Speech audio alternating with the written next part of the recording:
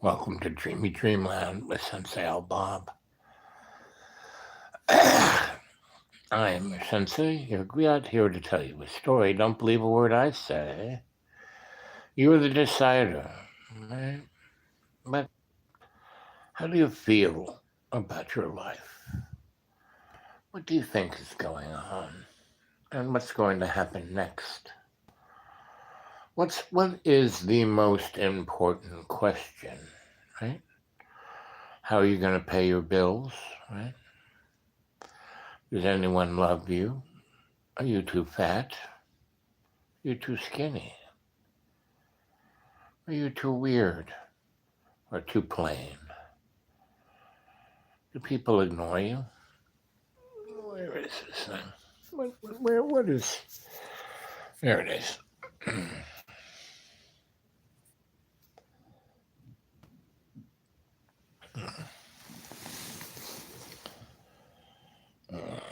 So,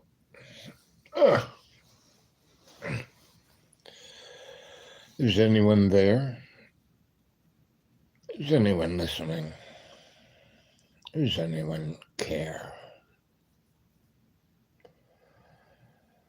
These are all the kind of things that humans have been thinking when they think with a separated mind.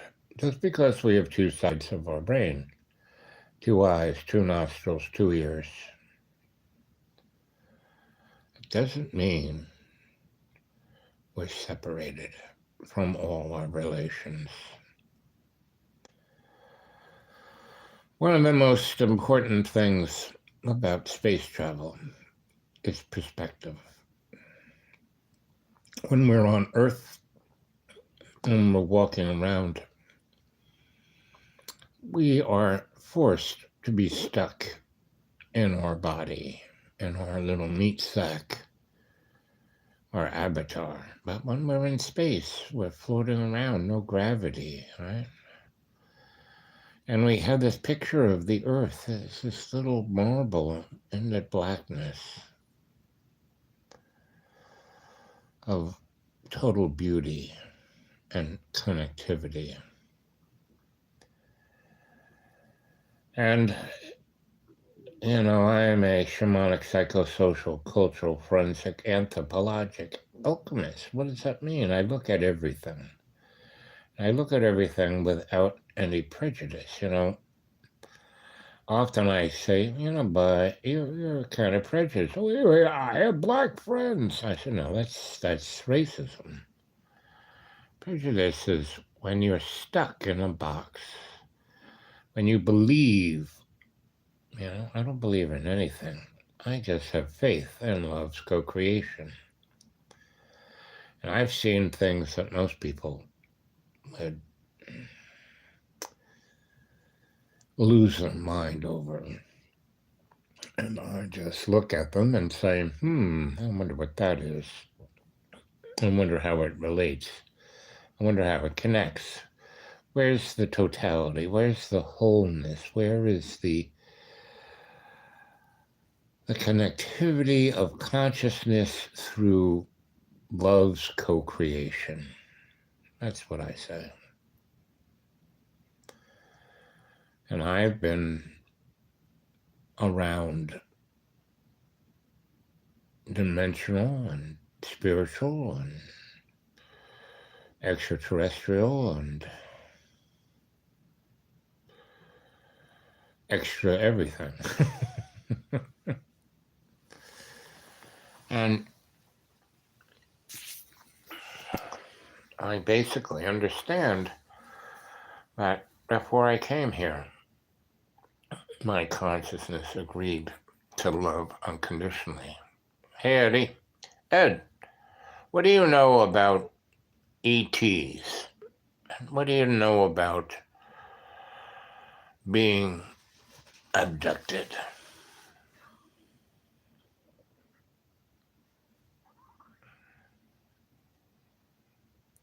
Do you know anyone who has been? Have you seen a nothing? Have you seen a a unidentified object ever? Do you look for them?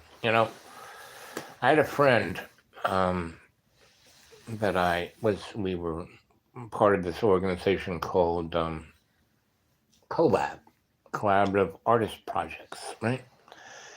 And we've had our own art galleries, and we put shows on an alternative space, and we had a TV show called Potato Wolf on Manhattan Cable, and we had 7 million people watch us every Thursday night, right, between 8:30 and 10 p.m. And so my friend Alan, he had this loft. I thought I have, but I was also high as a kite. Well, that doesn't really matter. Was asterisk. I like that, and I'm proud of you. If you are, I'm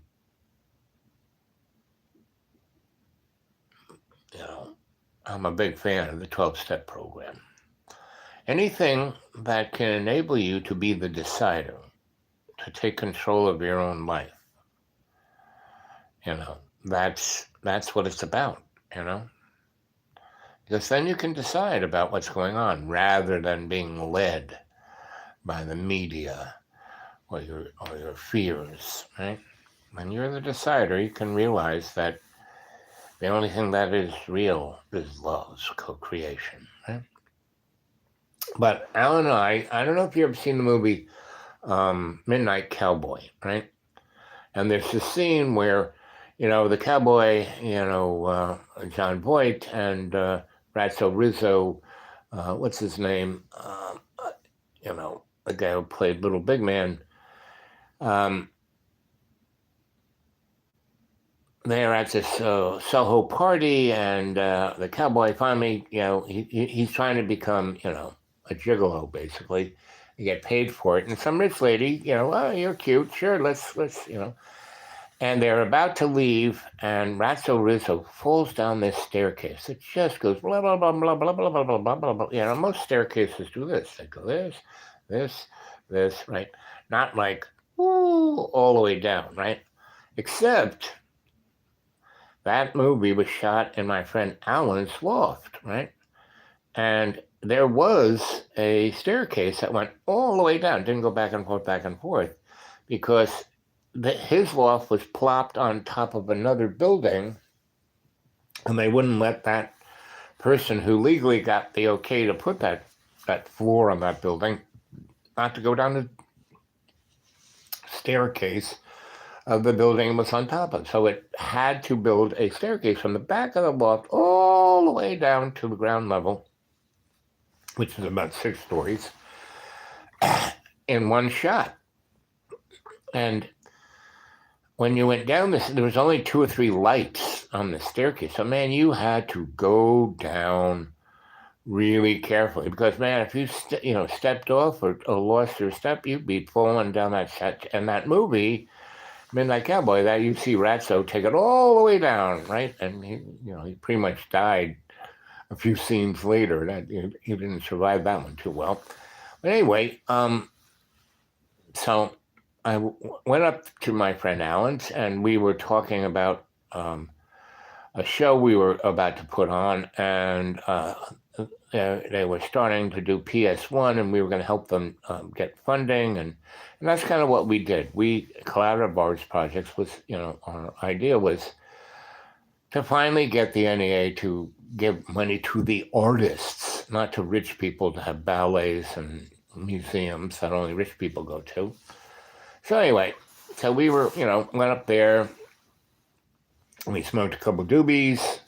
I went there with like a half thing of eggs and some Italian bread. I got Mr. Da Vinci's and some nice smoked mozzarella and a couple thermoses of really strong espresso. And so we're gonna have our little meeting, have breakfast, and then we were gonna go off and have some other meetings, right? So anyway, I got up there around, I don't know, 9 o'clock or something like that. I spent about 2 hours. So by around noontime, around lunchtime, we were stepping very carefully down his staircase. Now, it's, like I said, it's, 6 floors, and it's only about 2 or 3 light bulbs.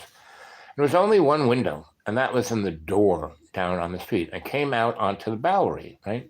Not on the Bowery, out to Houston, right? It was just down the street from Broadway, like one of the most busy corners in New York, Houston and Broadway. So anyway, we get out, and the Bowery is just around the corner, and there was a storefront where we called it the beer store. This guy was a real scumbag. He basically had mailboxes that bums could have so they could get their government check, right? And still live on the street. And he had bum supplies, underpants, socks, you know, you know, red rose wine, cigarettes. I can't lie down and talk.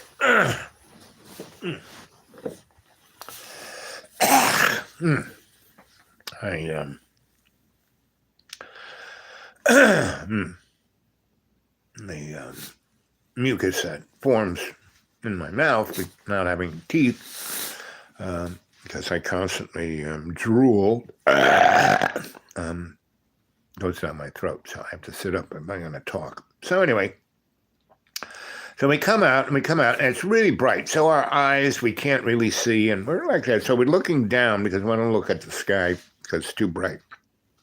And there are all these bums on the thing, and they're looking up in the sky, and they're all crying and pointing up in the air. And the guy who owns the bum store, he's out, and he's got his mouth up, and he's looking up in the air.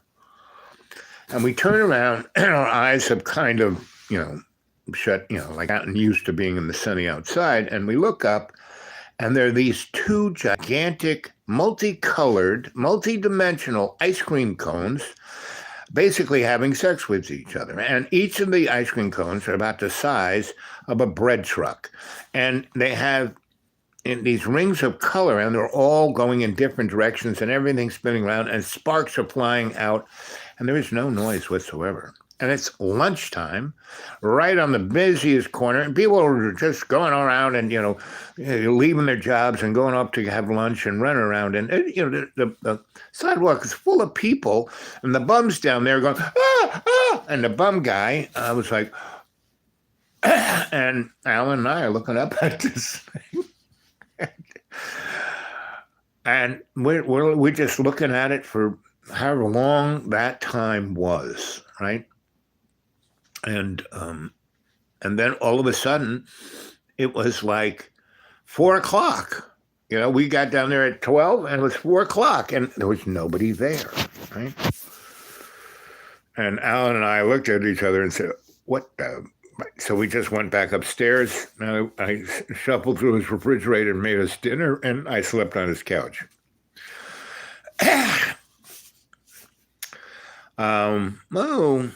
Within that time span, a year or two or three, when I'm still down the Lower East Side doing all this arty stuff and social activism stuff and anti-war stuff and, anti-bomb stuff. And this is when, all the strangeness during the Ronald Reagan years was going on. Iran-Contra was going on, but we knew nothing about it. But there were a ton of people in New York that were from El Salvador, Nicaragua, Costa Rica, that were being, running away from the silent war that Ollie North was having in Central America.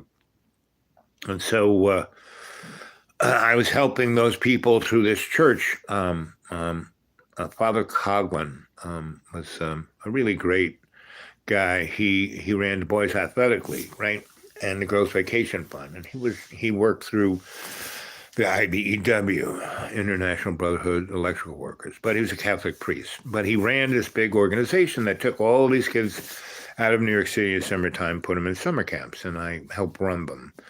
So I was involved in all of this kind of stuff and getting money for artists and doing culture, doing a lot of different things. And I was involved in the No Nukes, concerts, the one that was done in D.C. and the one that was done in New York City. right? I was the guy who did the staging and the lighting and all that. I was the go-to guy, right? And and I got into that through Bishop Kaufman, who had the big,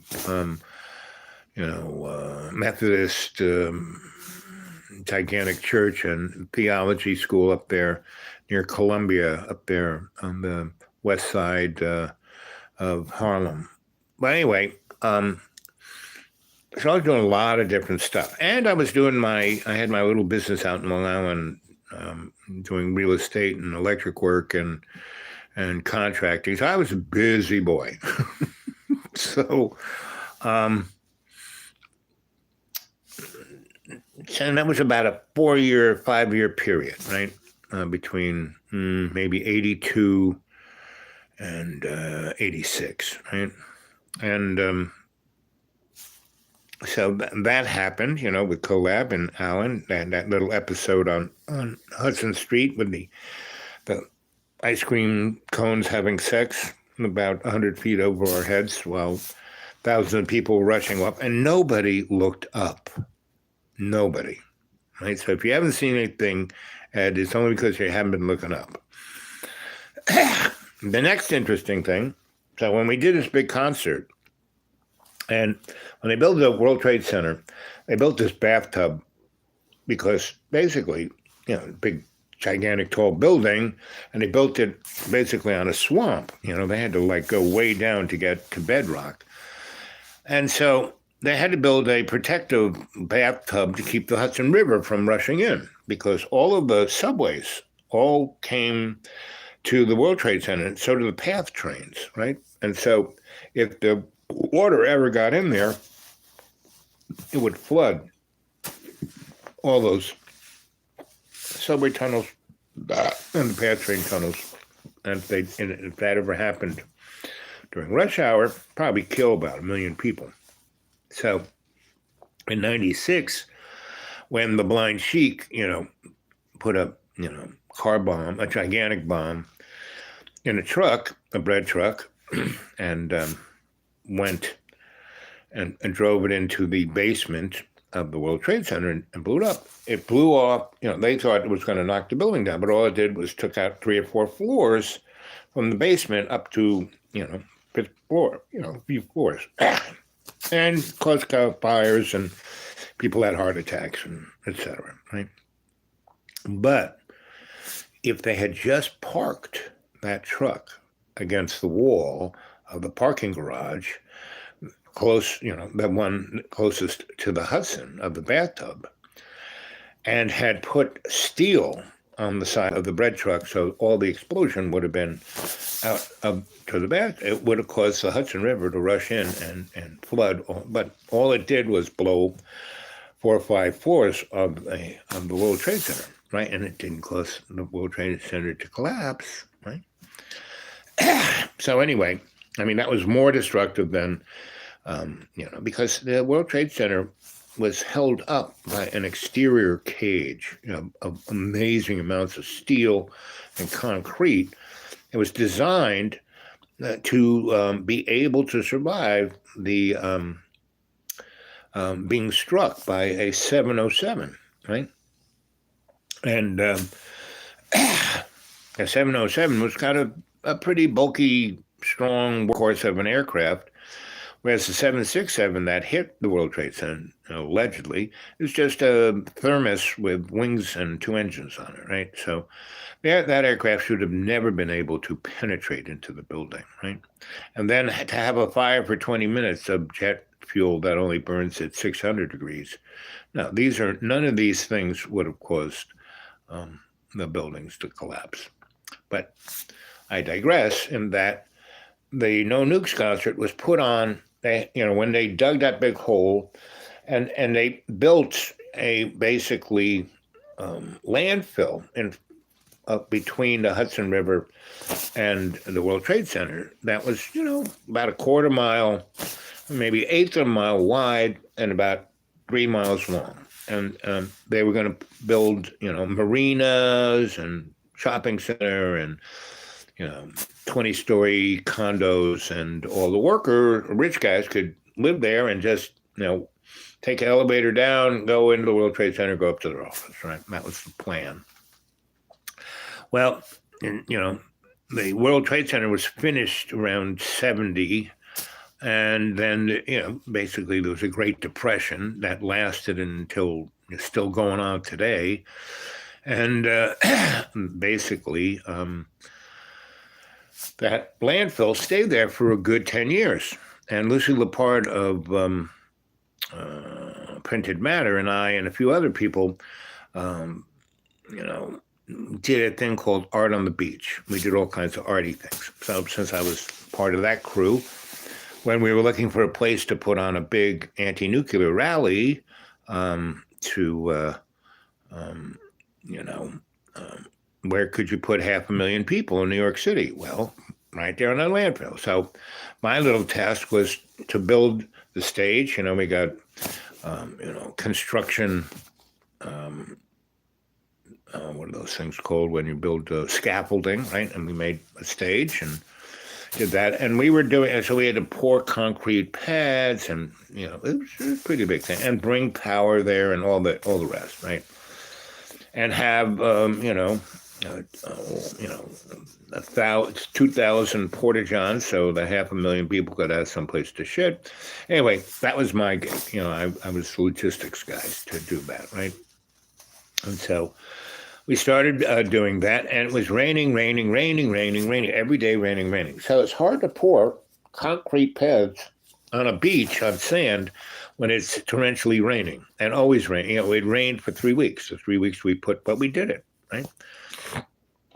And we had, it covered, and it was, we were going to have this thing whether it rained or not, right? And and we were working 24/7, and we got everything finished just right at about, 5 in the morning. And the concert was going to start noon, right? And we just, and we were exhausted, and we had these couches on the stage, for people, the artist or whoever, like it wasn't quite the green room because we had a big tent down below for all the dignitaries over there, right? So,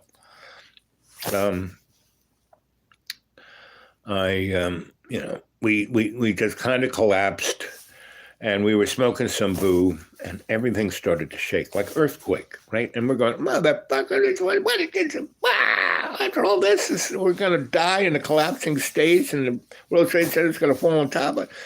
And everything's shaking, and I look around, and the ground in front of us is vibrating. But I look behind me, and nothing's shaking back there. And we're just... And then when I look at the stage, there's still puddles from the rain. I mean, it's just stopped raining, so there's puddles on the stage where we don't have it covered, and they're not vibrating, but we are vibrating, and the sand about 200 yards in front of us is vibrating, and out of the vibrating thing comes a gleaming aluminum box. I mean, I don't know whether it was aluminum, but it was very shiny and was glimmering. And one whole side of the box dissolved, and there was a circle of very tall, very attractive, blonde, blue-eyed Nordic folk in kind of skin-tight, onesies. And the girls were very attractive. And the guys, I mean, everybody was very attractive. And they all looked at us and smiled, this beatific smile. And this one guy who looked a little older than the others did this.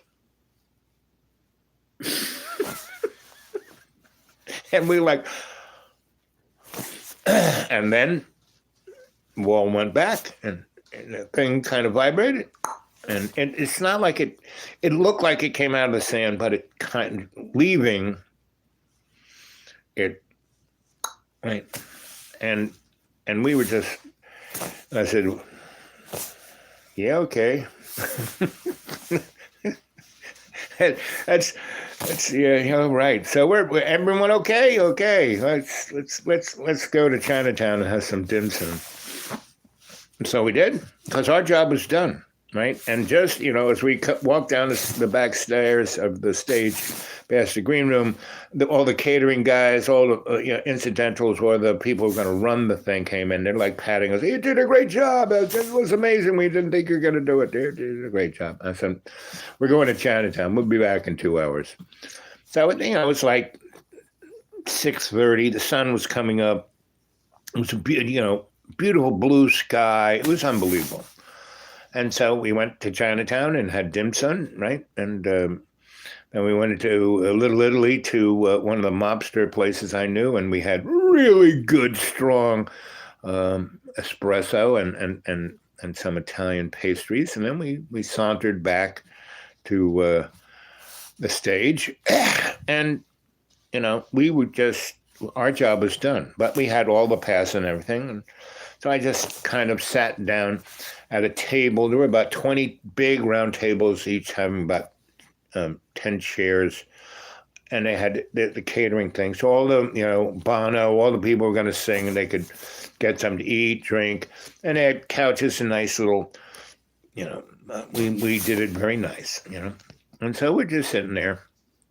And it hasn't really started. All the people who are going to run it, they're all running around, getting everything together. But we did, everything's working. The sound system, everything that we put up is done great. Everyone just keeps coming by us and patting us on the back, saying, "You did an amazing job. None of us thought you could do it," because it was only 20 of us. I mean, I had a lot of friends in all the different unions who came and helped us. The concrete guys that I work with on the World Trade Center, I knew a bunch of them. They came and they poured it. I would have never been able to pour those footings, but they did, and they knew how to pour it in the rain, right? So, I mean, this is kind of how it got done. My knowing people and having them come and say, "Yeah, we believe in you, and we believe in what you're doing, and we don't want the world to blow up in a nuclear war. So sure, I'll come and pour some concrete, right? Or sure, I'll help you put up, we'll bring the steel in so we can build your stage, right? Yeah, we'll be the carpenters, and we'll." So the 20 of us, we just ran around and helped those guys who really knew what they were doing, right? And so anyway, I'm sitting at this table, and I'm having another meal from the caterers, and people patting me on the back, telling me what a great job. And this guy comes over, and I had seen him years earlier at the United Nations, right? This really tall guy. I mean, like, really tall. I mean, if I had my tape measure, I'd say he's 8 feet tall. But no one would believe that guy's 8 feet. So he's 6'6", And I looked at him in the eyes, and he looked just like the blonde Nordics that we had just seen 4 or 5 hours ago in the silver box, right? And he sits down, and he does this. And he's smiling. He goes, "Ah, you boys, you really did a good job. You are doing a good job, Al." And I go, "Who the heck are you?" He goes, "I'm Dirk Dorge. I've been watching you for many years. I have a good friend. His name is Ant. He told me about you. He met you when you were 4 in a laundry basket." And I go, "I remember that. That guy would look like an ant." And he goes, "Yep, more like a praying mantis." I said, he wasn't wearing anything. It was all black. He said, "Well, that was actually a suit, but yes." So I was like, "Okay, Dirk, how you doing?" So we talk about a lot of things, right? Deep things, like, why is humans here? Not like, how am I going to pay my bills? He said, he just kept saying, "You're doing a really good job. Bob would be proud of you. You agreed to sign on for this, and you're doing a good job, and you're doing just like every good lucky bastard does. You're having a good time doing it, right? You're not complaining, right?" And like right now, I could be complaining right now because the weather pattern is changing, and so my my arthritis is like, ooh, really kicking up, right? So, and when that happens, it sends other things going astray. So my body has, since Thanksgiving, I'm kind of wobbling on my homeostasis. Some days better than others. This is not one of my better days, but it's all right. It's no big deal, you know. Because, when you're my age, you're going to feel this way anyway. I mean, I've worked with a lot of old people, and they all kind of, some were in better shape than others, but that's because they took better shape of themselves when they were younger. And I did a pretty good job until I got to be about 35, 37. And then I was doing so much stuff, I stopped being a monk, stopped being my aesthetic self.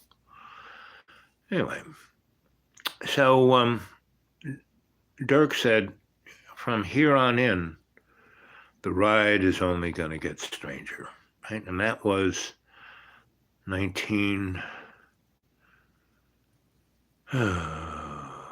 before we went to Australia.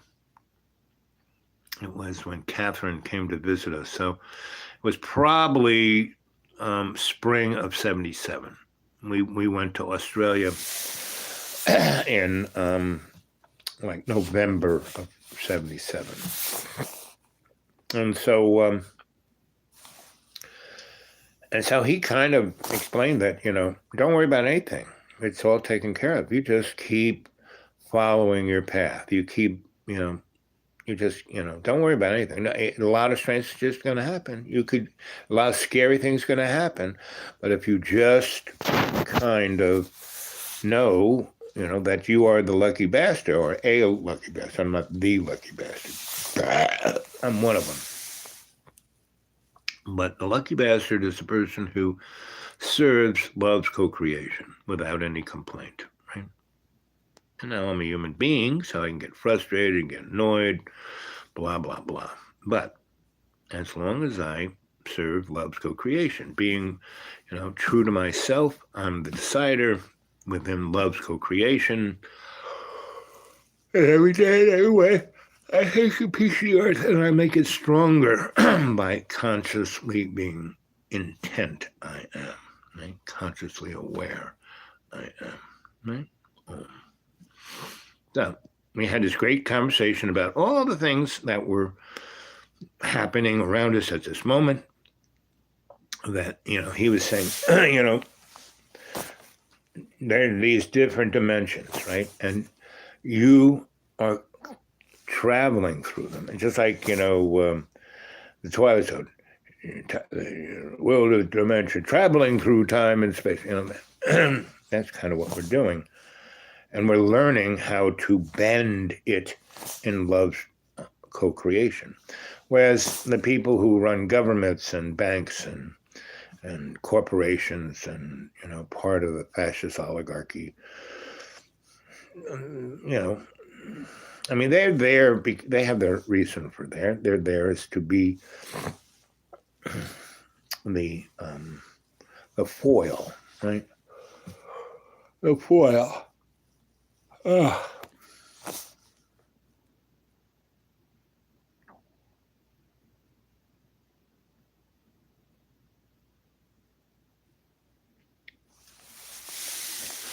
So you can smoke a little bud and still be present, right? Or you can smoke the bud to try to separate yourself from your experience because you don't want to see it, And people who, I've worked a lot with people who have been in trauma. And the only way you can get them out of it is to get, first of all, if you can deal with a person who's been in trauma immediately in that trauma and get them to be in a space where they're not traumatized and that they can step back from the trauma experience and see what it is and get perspective, right? And then understand their connection to all their relations, then they can get through it. So I've been through a lot of trauma, right? But I've been able to do this because I've been taught well. I've had a lot of experiences. I mean, I've been shot twice. I've died 6 times, 7 times, 7 times. So, um, see, these are.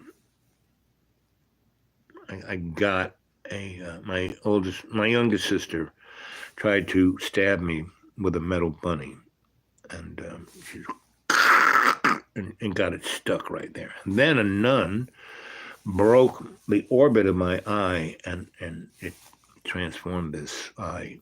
I see in other frequencies in that eye, and she broke the little stirrup in my ear, so I should be deaf, but I hear other frequencies.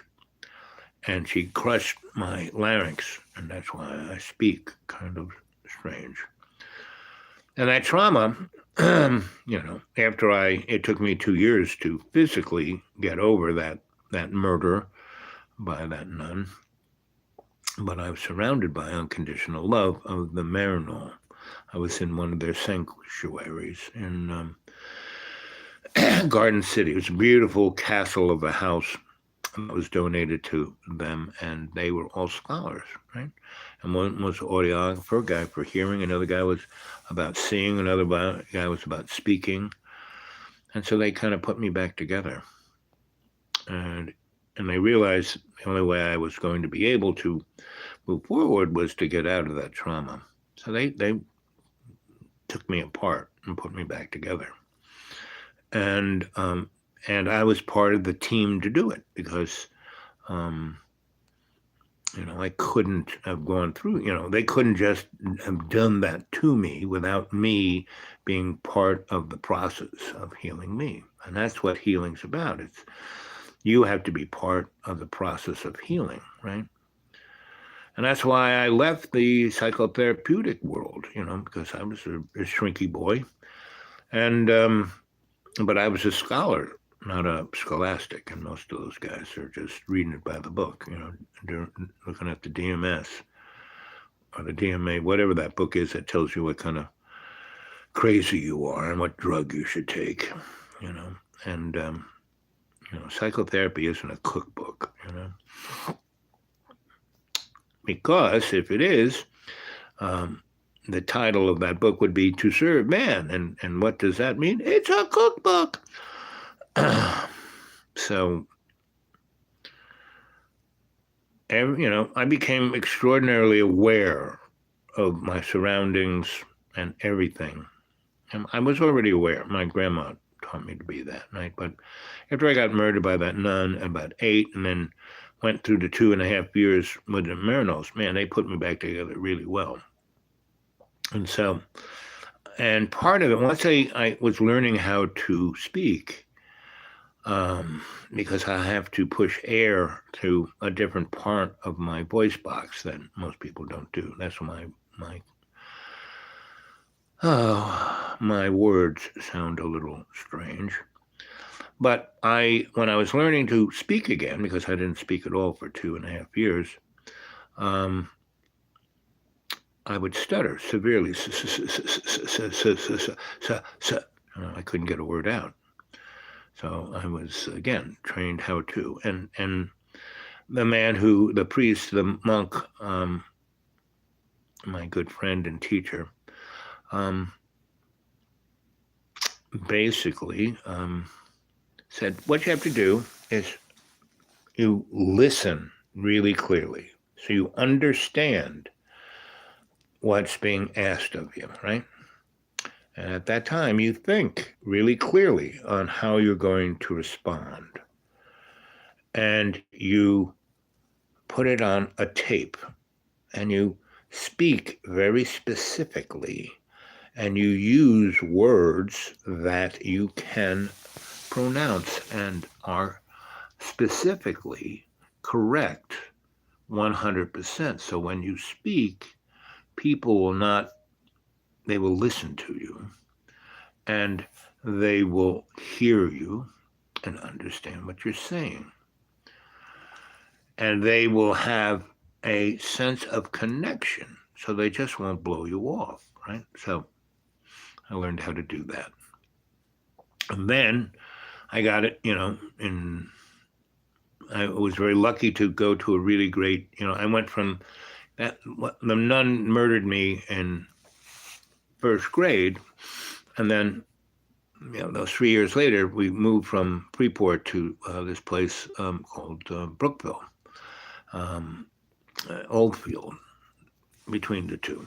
And they had just built a really amazing new school system, because it had been a very rural farm area, little red schoolhouses, and now it was going to be for the upper middle class bourgeois corporate set, right? So they could have their nice big house, but still be close enough to Manhattan to go to work, get on the railroad, or drive on the Long Island Expressway. Anyway, that was a great, so I started in third grade. I had third, fourth, fifth, sixth, seventh, eighth, 6 years in that school. And I had a crew, because we were the first in this, what had been the high school became the Central Grammar School. And all those little red schoolhouses became this one. So there were all these cliques of all those little red schoolhouses. And then there was the, 4, 6, and 9 of us who, like me, I showed up in third grade not going to that school system at all. So we were person non gratos, right? And so there was Buzzy and JP and Harvey Kleiman, whose father was an actual rocket scientist, and Matty Law, whose father was, Matty was blacker than the ace of spades, and his father was a really high-edge lawyer, right?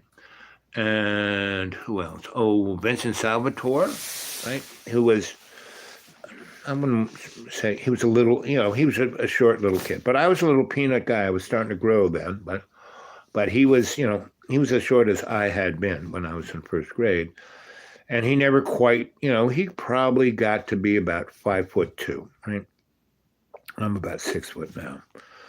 And he became, in the Merchant Marines, he became an admiral. And he was in the U.S. Navy before he did that. And he was just tall enough to be he flew, Tomcats off aircraft carriers. So he was quite, he didn't let anything get in his way. None of these guys let anything get in their way. And Buzzy, who was the tallest, handsomest, on the surface, he was good at taking tests and making teachers like him. And but he had a pretty serious inferiority complex, to the point where he was when he was with us, part of the crew, but he felt inferior to all of us, because we all had such amazing things we had to get over, every one of those guys, and they did, right? And our crew wasn't just those guys.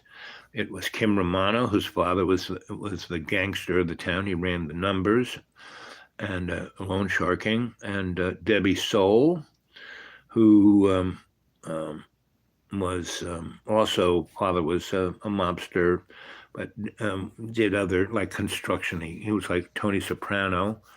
And those two guys were best of friends. That's why they lived in this little town, and they were doing all the new construction and blah, blah, blah. And Lisa Stiles, whose father was a mailman, and Karen, I forget her name, and her father had a flower store. And I pretty much think he was gay, and I think his wife was pretty much gay, but they wanted to hide their gayness, and so they decided to, get married and have a kid and have a flower store, because they had a big greenhouse. So anyway, we were a very interesting crew, and the guys and the girls, we were the crew. They weren't the girls and the boys. No, we were like family. We were totally one thing. And one person who was, somewhat, not as tight as all we were, was Buzzy. because he had issues about who. I mean, he was really handsome. He was smart. He was smart enough to be an. I mean, we all did our own thing. And we all had issues. And so, we were the guys who, they had a shrink in that school. And that guy was very cool. That's why I kind of liked the shrinky world. I kind of was, enamored by he was a good shrink, And so, no, he gave, he just basically said, no, these kids are, extraordinary. They are, geniuses. They are, so then we went from being like the kids who would maybe go to jail to being kids who were going to be something special, right? And so the rest of the teachers and the administration just kind of left us alone. And we had Dr. Bob, Mr. Morales, who was my math and science teacher, Peanuts, who was, the shop teacher, Mrs. Tricare, who was the female, taught, sewing and baking and stuff, home economics. Who else? The librarian, Miss Brown, and who else? Oh, the principal, Mrs. Gerling, who was my kindergarten teacher. And she, after the 5 years of that, me being murdered and all of that, she ended up being, and she kind of traveled along, from that town to this town and became the principal, which was kind of amazing. So we had a nice little, the smartest teachers, the most, because the other ones were still like coming to grips, especially in the grammar school, of being unified and that. The middle school and high school was all new people, right? So we really had it, So basically, the kids kind of left us alone, and it was kind of interesting because the girls were taller and bigger and more developed than any of us. And Debbie and Kim, their fathers being mobsters, they sent those girls off like when they were 3 to learn martial arts, just so they could take care of themselves. If anyone, because of their fathers tried to do anything to them, these girls could tear anybody apart. So the bullies left us totally alone. This one bully tried to bully me, and I was like, I'm always, and I still am, in my own private Idaho. And I was one day sitting on the bench out in the play yard by the tree reading a book, and this kid was coming up behind me, and he was just going to clock me in the head. And Debbie saw it. She ran down this hill. She jumped through the air, and she kicked him in the back, both her feet. She was running down like 50 miles an hour. She was a big, developed girl, and she jumped up in the air and got him with both feet, right in the middle of his back, and he flew across, like, whoa! I saw like a blur go by me, and he went through the fence and smashed into a tree. And he was bloody mess, unconscious. He's taken away by an ambulance. And when we were in the principal's office, so the principal, Miss Gerling, she's like on our side. She knew this guy was a nasty piece of work, but his father was like a banker, so no one messed with him. And so his father comes down, I want these kids arrested, blah, blah, blah, hooligans, right. And, Mrs. Gerling's looking at him, and, Kim Romano, Mr. Romano, and Mr. Soul come in, the 2 mobsters, come in and look at him and know this guy, know all the sleazy things he's ever done. And basically, the guy shuts up and puts his head down and walks away. And the kid never comes back, right? And the guy gets transferred to someplace else, right? So, that was kind of my grammar school and middle school. I had all these really interesting teachers, this handful who were nurturing us because we were special. and not like special kids, but like amazing. We were the amazings, right? And the rest of the kids were just, your normal kid, right? And so they were all playing, and they all had their cliques and their this, and we just had nothing to do with them. And we were building forts, and Harvey Kleinman's father worked for Sperry Rand, and they had a thing called the Young Scientists, and we used to go to their factory out there near Grumman Aerospace, and see some pretty wild stuff, right? And get to play with it. And they had a place in the back which was like their dump that had all kinds of like those computers that they built and spent $1 million on, and then they didn't work. And so we took all that kind of stuff to our clubhouse, took it apart, and made weird things with it. So we were an interesting bunch. And this place was, now it's like covered in houses, but it was farms and big estates, something from, the 20s, right? And there was this one estate that we lived next to, Mr. Anderson. He had a 300-acre, he had horses, and he had dogs. He had a gigantic swimming pool. He was like 89 years old. And he had a big, beautiful library. And all his family was dead. So all the people who worked there was like his family. And so one day, I'm walking by. He's got this pool, right? And because Desmond went to a private school, but his father took care of the dogs. They had whippets. So I used to show the dogs at the kennel club thing in New York City, in the big whoop-de-doo place. And I saw, I got a lot of taste of that type of moneyed aristocracy, from third grade, to eighth grade.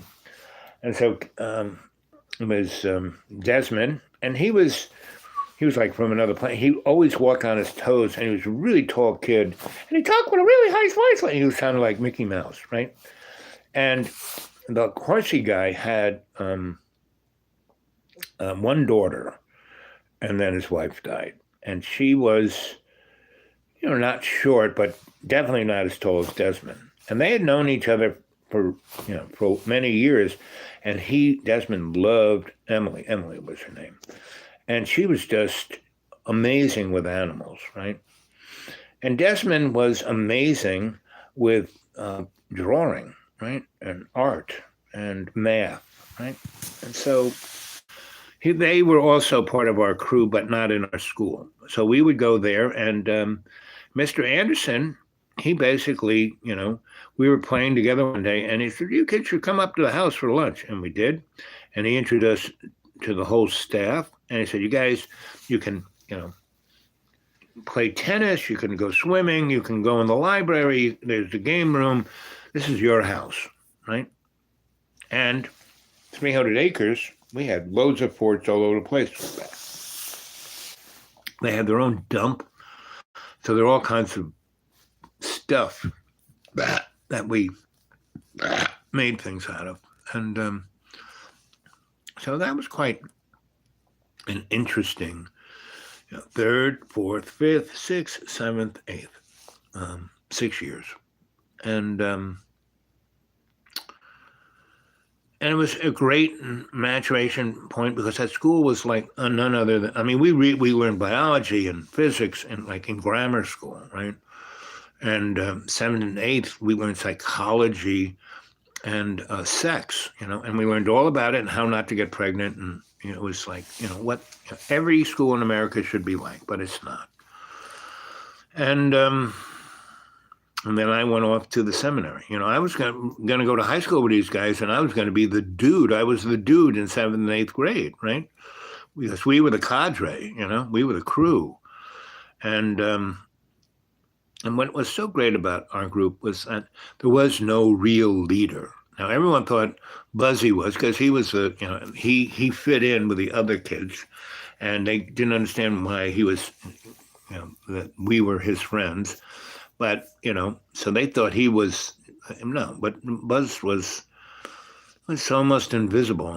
He would hang with us and be with us, but he was not, and he liked being with us because we accepted him 100%. And that was the beauty of the crew, is that we all loved each other.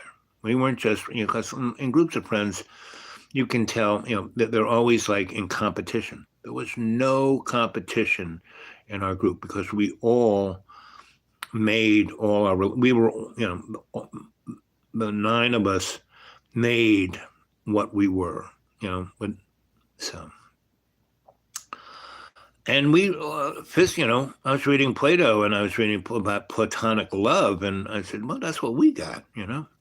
And what was interesting when we, in seventh and eighth grade, when, we were learning about sex and everything, and psychology, the girls definitely, they had developed by sixth grade, right? Kim was dating the high school football coach, when she was in seventh grade. Anyway, so we seventh grade, we had all this stuff about this, that, and the other thing. And we were in our clubhouse, and the girls said, guys, we want to try this out. Let's, and there's nobody else we'd want to try it out with but you guys. And so this is where I learned about puddling. So we had this nice big couch we had found, and we had built out a piece of plywood and got a gigantic, bed mattress, and that was our couch. And it was like, could fit all nine of us on it, no problem. And so we would just, puddle. We went, and I forgot who brought the sheets and the covers and so it was nice and clean and comfy and nice.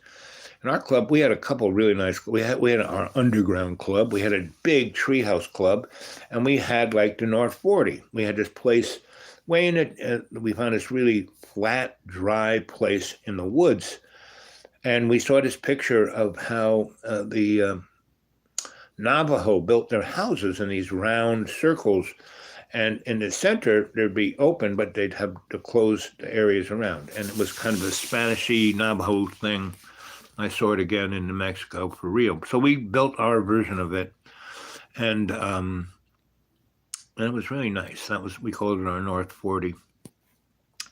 And the other two members of our crew was Desmond and Emily.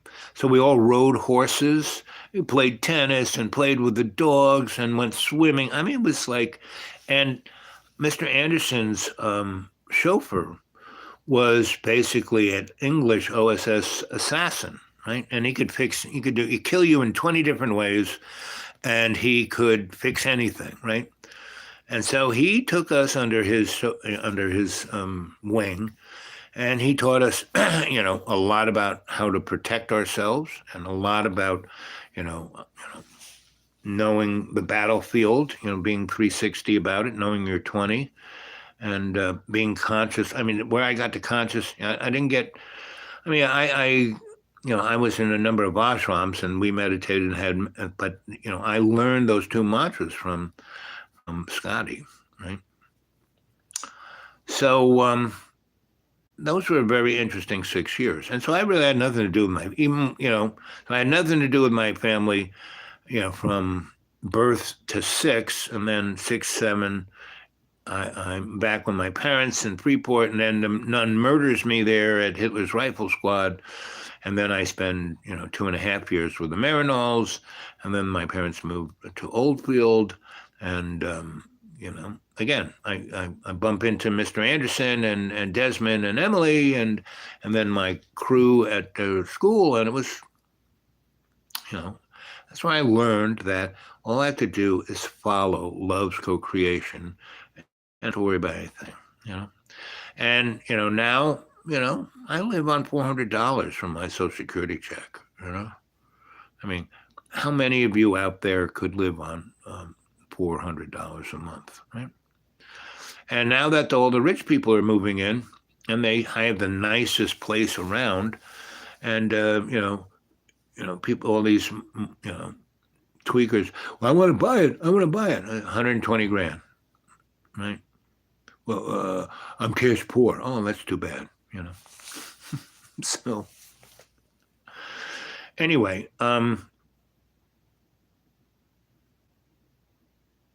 that's what life's about. Those kind of relationships, that kind of service to love. And all around us, there's these energies of love's co-creation, right? And we are moving away from the Piscean age, which is it's the violence of separation, right?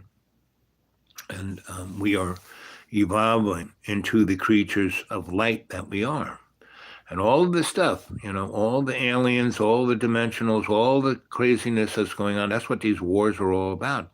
It's all these frictional coefficients of evolution, right? And this is a very trying time because we could easily,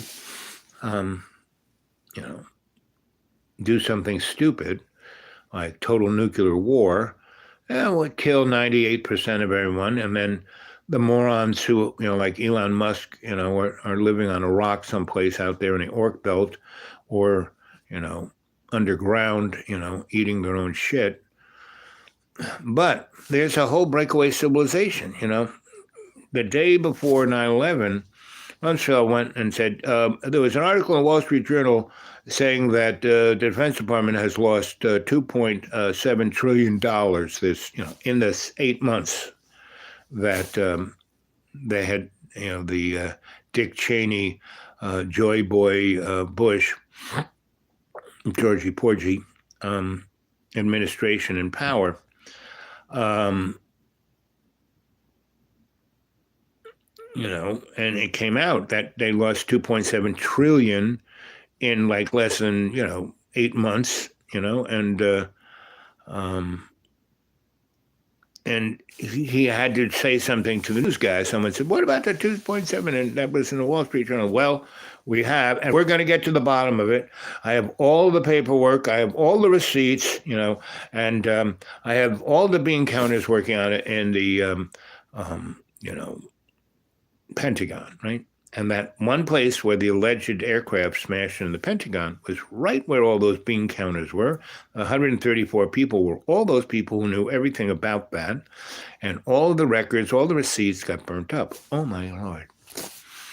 And, 760, there isn't a single friggin', there are more seemingly video cameras in the parking lot of any Walmarts than there are around the most secure building on the planet, the Pentagon. So they only got, from some little, ATM 3 miles away, they say were a big, fireball, but they didn't see that. And it goes right by a highway where the airplane was supposed to come flying in. And there were power lines and trees, and none of that got decapitated, aircraft that has a wingspan of 217 feet, that was, and it flew right through lampposts, and none of it got, there was no mark on the grass, and there was a hole. When the fire guys got there was a hole about 8 foot, where the circumference of it, 767, is like something like 42 feet.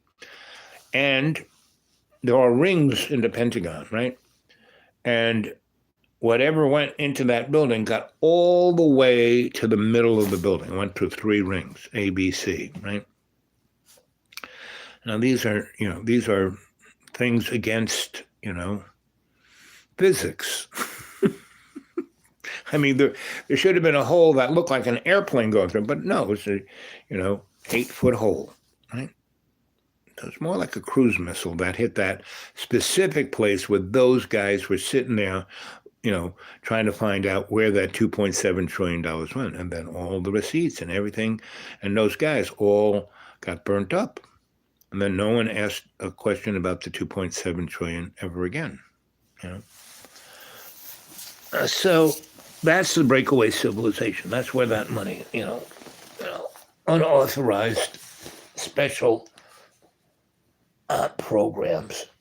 They got some kind of acronym for it, SAP or something. And it's been going on for a long time. So that's why the two of you are watching Dreamy Dreamland with Sensei Al Bob, because I'm giving you the heads up of what's coming down, right? Not saying I don't have a crystal ball, but all you have to do is look back to 9/11. And really, all you have to do is look back to the, election that happened then. Because Al Gore won. And he was going to fight it, but then because he's a chore boy of the Illuminati, they said, stand down, Al boy. We're going to give you a better job. You're going to tell everyone you invented the internet and then tell everyone about, the hockey puck, right? So he'd much rather do that than be president. And so Dick Cheney took over, and the neocons set us down this path. And pretty much nothing has worked out for those guys, right? But they have a script, and they keep following it. And we do not have a script. We have service to love's co-creation. So that's where we're at. And we're at 1 hour, 5 minutes, and 55 seconds. Here we go. So I'm going to bail out right now. So good morning, good evening, good afternoon, and welcome aboard AI. And so listen, guys, in the Illuminati, I know you watch the show. So I love you guys.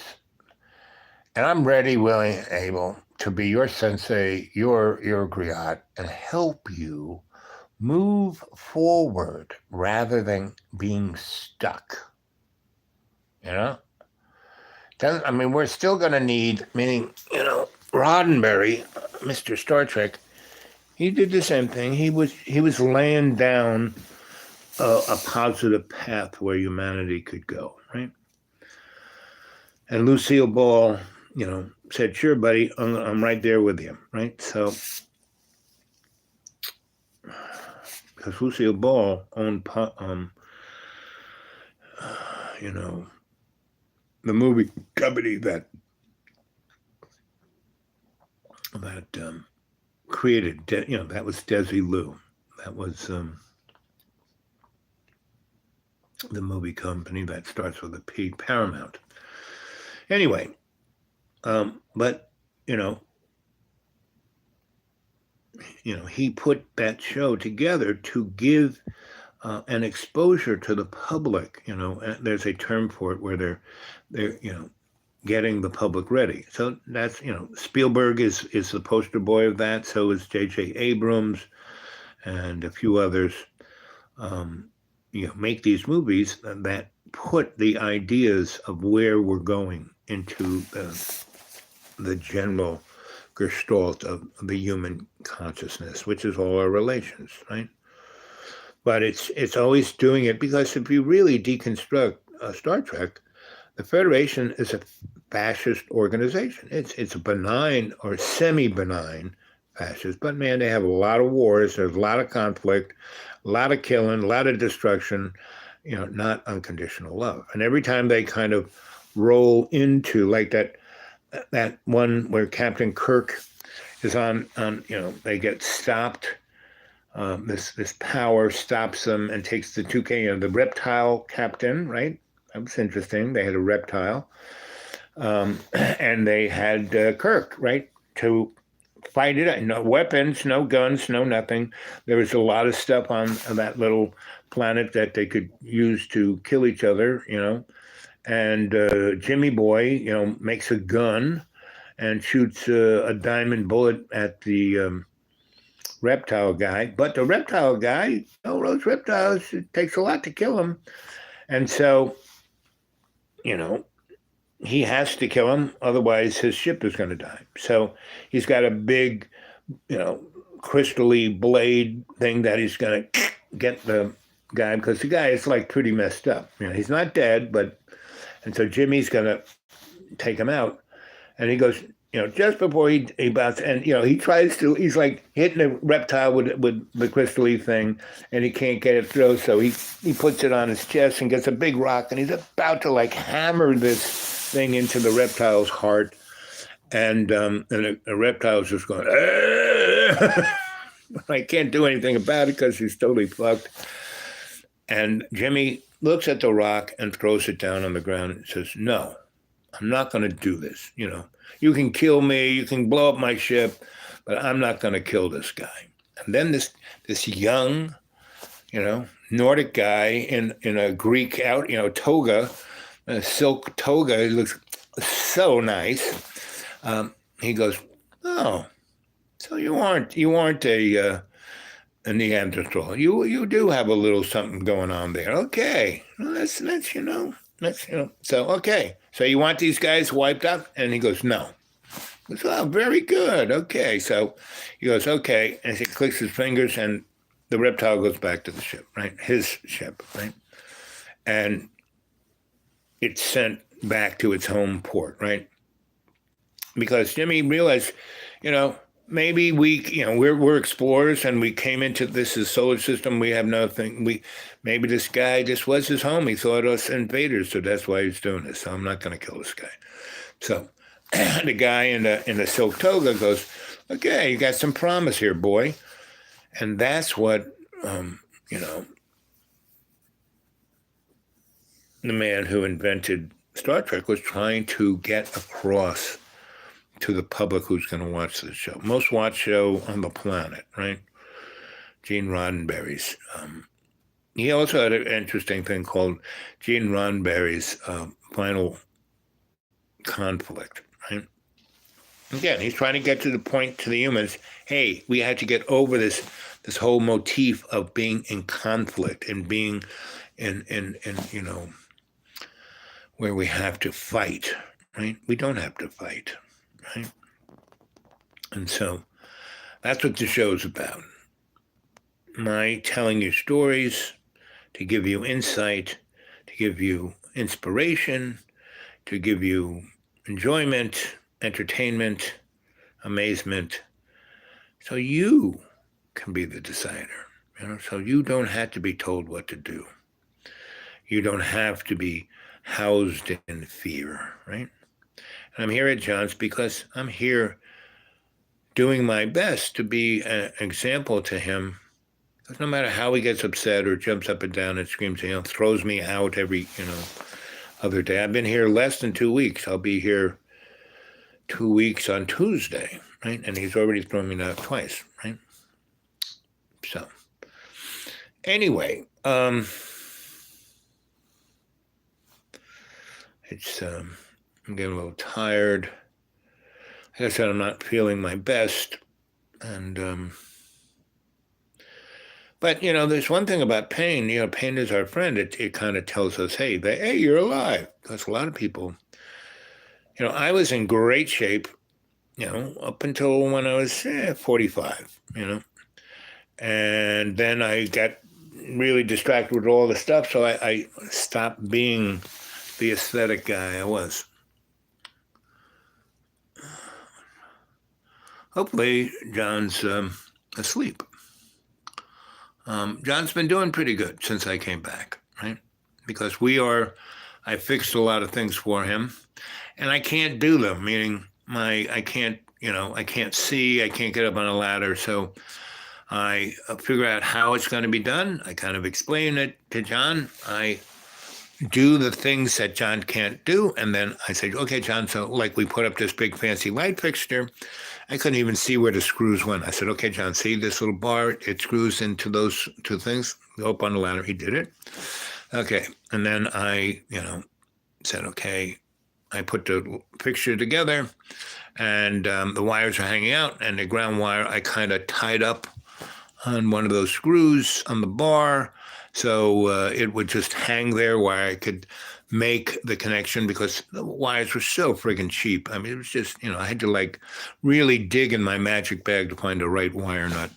Wired it up, taped it up. I said, okay, John, now you're going to screw it in this way. He put it up there and then turned it on, bang. It's like, whoa, look at that, right? And a few other things we've done around here I've done that, he wants to do so he can sell this place and go to California, right? And what I'm trying to have him do is to learn that he's an all right guy. He doesn't have to constantly beat himself up and then treat others terribly, right? Because he feels so bad, so he's going to make others feel bad. And he doesn't do that consciously. That's when he's unconscious, right? And that's what most of humanity does. Meaning if Vladimir Putin was conscious, he wouldn't have done all of this. There were plenty, he's been president of Russia for 20 years. I've been watching this. I've been knowing this was going to happen. Once, and the person who really caused all this was Bill Clinton, because up until him, no one, NATO wasn't going to go into the all the Soviet bloc states, right? They were going to be able to be free, and they could choose their path. And George H. just kind of got everyone to the point where no one would kill each other, moving to this new world order that he was talking about. But it was Bill Clinton who really augmented he let NATO go into, or he pushed NATO into, or pushed Poland into NATO, right? And then Estonia and all those guys went along with it. And Putin at any one of those times could have, there are a lot of things he could have done to augment it, but he seemed to be reading the script to bring the world to this conflict, Earth, final conflict, So that's why I'm doing this show, to give people hope and enlightenment, so they can open up themselves to loving themselves, right? And serving love's co-creation and being that love in all our relations, right? So that's why I'm here. So, anybody got any questions? Mrs. J. Kill. So, who are you, Mr. J. Kill or Miss J. Kill, or are you a bot? Are you a... Oh, good. Oh, those hearts. Okay. So what neck of the woods you living in, Mrs. J. Kill? Announce yourself to the cadre. Everyone knows each other. That's the beauty of the show. The cadre is very tight. And we accept everyone. Even trolls. Half the people who are part of the cadre are trolls, or were trolls. They're not trolls anymore. Like Buddy. Buddy was off the hook. But now he's, an enlightened being out there in Tasmania, or wherever he is. He's over on the other side of the world. And that's the beauty of the World Wide Web. Half of the people here are from all over the place. That's what makes it kind of exciting. So there's three of you there, Edmundo, someone else, and Mrs. J. Kill. So, China's sending these balloons over, into North America on the jet stream. And what's interesting is the first thing that we shot down was, they said, oh, it's a weather balloon. Well, by international law, a weather balloon cannot have a instrument package weighing more than 40 pounds. And the instrument package that was underneath that balloon was 6 tons, so there was something more than that, right? And the other interesting thing is that China has been floating, because they have spy satellites, but spy satellites do a pretty good job. But when you have a balloon floating around 75,000 feet, that's a lot closer than, 300 miles. So, and there's certain things you can measure while the instrument package is in the atmosphere rather than in the vacuum. And the interesting thing is, I have been aware that China has been floating these balloons over the United States for the last 10 years, because we have been floating our balloons over China for the last 20 years, right? And over Russia and over, all over the place we want to do it, we do it, right? And so by shooting that thing, it seems to be a an orchestrated, scripted little event. Bye-bye. Come back and visit again, Mrs. Jekyll. Praise God. Praise Yes. Praise God. Praise Jesus. In love's co-creation. So, so anyway, they have just shot a thing down over Alaska. That's the size of a car, and it wasn't attached to a balloon. It was like, flying on its own. So I would say that has to be, if it doesn't have a jet engine and it doesn't have wings, and it looks like a, Volkswagen Beetle, it's got something under the hood, right? So, like I said, things are just getting weirder and weirder.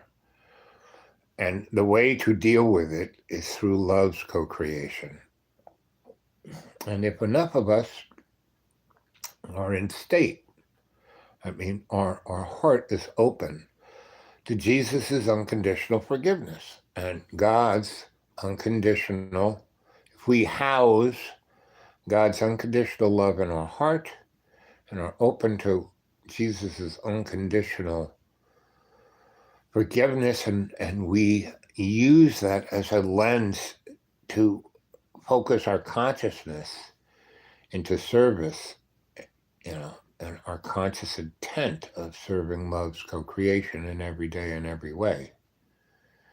And, we can, move forward out of this duality of competition and fear and self-loathing, right?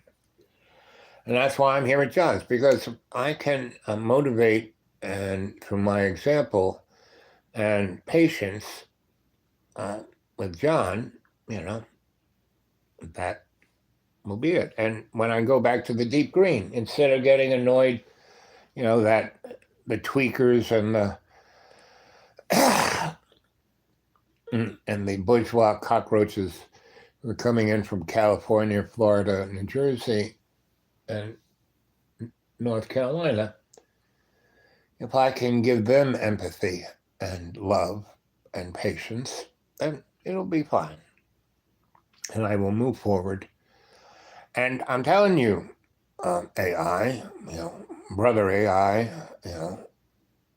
you don't want to be in servitude to the hidden hand. And I know you give report to the hidden hand, so you should tell them, listen, Jose Bob is ready to come back and work, and within that construct, get Jeffy Bezos to publish my books and, have the media machine push them in such a way, just like David Icke, and it can be another version of David Icke, my version, me. David Icke's a, lucky bastard. He's a, another guy doing that. And, all those people who are, Whitley Strieber is a good example. Art Bell is a good example. The guy who did, Star Trek is a good example. Even, Steven Spielberg's a good example. He's a little bit, he tries. He did Schindler's List. He does good movies.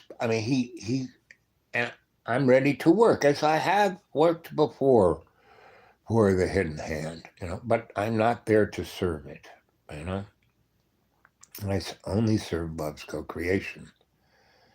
And everything has been created by love's co-creation. So even the hidden hand, even the Illuminati, even whatever you want to call it, they are essence. I'm here to assist in breaking the yoke of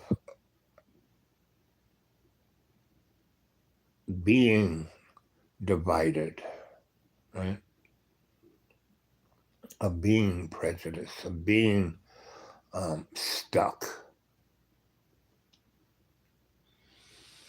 We are all our relations, all of us, and we all have to move forward.